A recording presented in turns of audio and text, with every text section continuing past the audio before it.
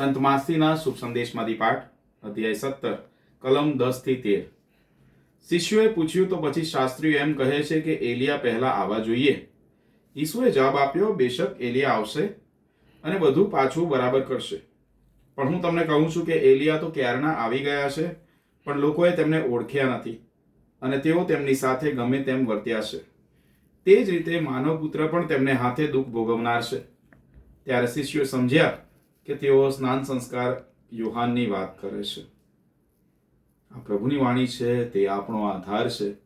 પ્રભુ ઈસુ ખ્રિસ્તમાં વાલા ધર્મજનો, આજના શુભ સંદેશમાં શિષ્યોએ પ્રશ્ન પૂછ્યો. રજૂઆત ત્યાંથી થાય છે કે શાસ્ત્રીઓ એમ કહે છે કે એલિયા પહેલા આવવા જોઈએ.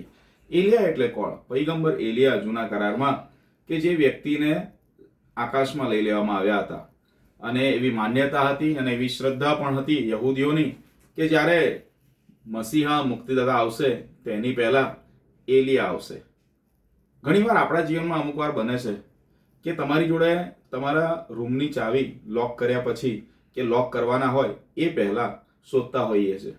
આપણે શોધીએ છીએ તકિયા નીચે, સોફા નીચે, આમ તેમ, આખું ઘર ફેંદી વળીએ છીએ, મળતી નથી અને ચિંતામાં ટેન્શનમાં આવી જઈએ છીએ.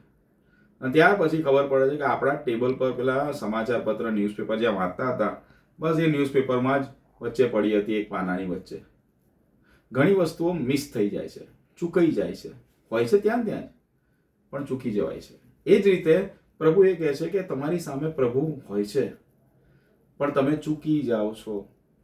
તમારી જોડે દરરોજ વાત કરે છે પણ તમે પ્રભુનો અવાજ સાંભળી શકતા નથી. સંસ્કારો ગ્રહણ કરો છો. ઘણીવાર એવું થાય કે પ્રાયશ્ચિતમાં જઈએ, પણ પ્રાયશ્ચિતમાં ગયા પછી પણ કોઈ ફરક નહીં પડતો, કોઈ બદલાવ લાગતો નથી. ખ્રિસ્ત યજ્ઞમાં ભાગ લઈએ પણ ખ્રિસ્ત યજ્ઞમાં ભાગ લીધા પછી પણ કોઈ ફરક આવતો નથી, કારણ કે આપણે પ્રભુ જેમાં હોય છે એને ચૂકી જઈએ છીએ. એલિયાની વાત કરવામાં આવે છે પણ પ્રભુ કહે છે, એ પ્રમાણે ઈસુ કહે છે કે હું તમારી સામે ઊભો છું, એને તમે ઓળખી શકતા નથી.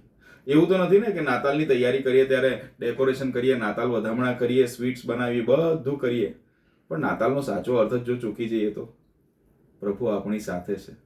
હા, આજના સંત લુસિયાનો તહેવાર આપણે ઉજવીએ છીએ. લુસિયા એટલે લાઇટ, પ્રકાશ. ડિસેમ્બર મહિનાના પ્રખ્યાત સંત કહેવામાં આવે છે.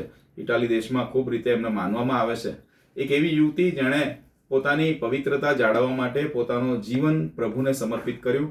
અને જે વ્યક્તિને પરણવાનો હતો, જ્યારે લુસિયાએ નક્કી કર્યું કે ના, હું મારું જીવન પ્રભુને સમર્પિત કરીશ અને જે મારે ડાવરી એટલે કે આપણે કહીએ છીએ એ પ્રમાણે લગ્ન વખતે જે વ્યવહાર કરવાનો હોય, છોકરી પક્ષ તરફથી જે પૈસા આપવાના હોય, એ પૈસા એ ગરીબોને આપી દેશે.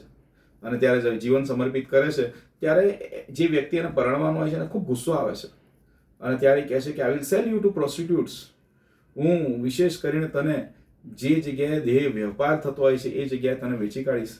ત્યારે લુસિયા કહે છે સરસ રીતે કે પવિત્ર આત્મા મારામાં કામ કરે છે અને હું મારો દેહ એ પવિત્ર આત્માને પવિત્ર કરવા આપીશ, નહીં કે તને.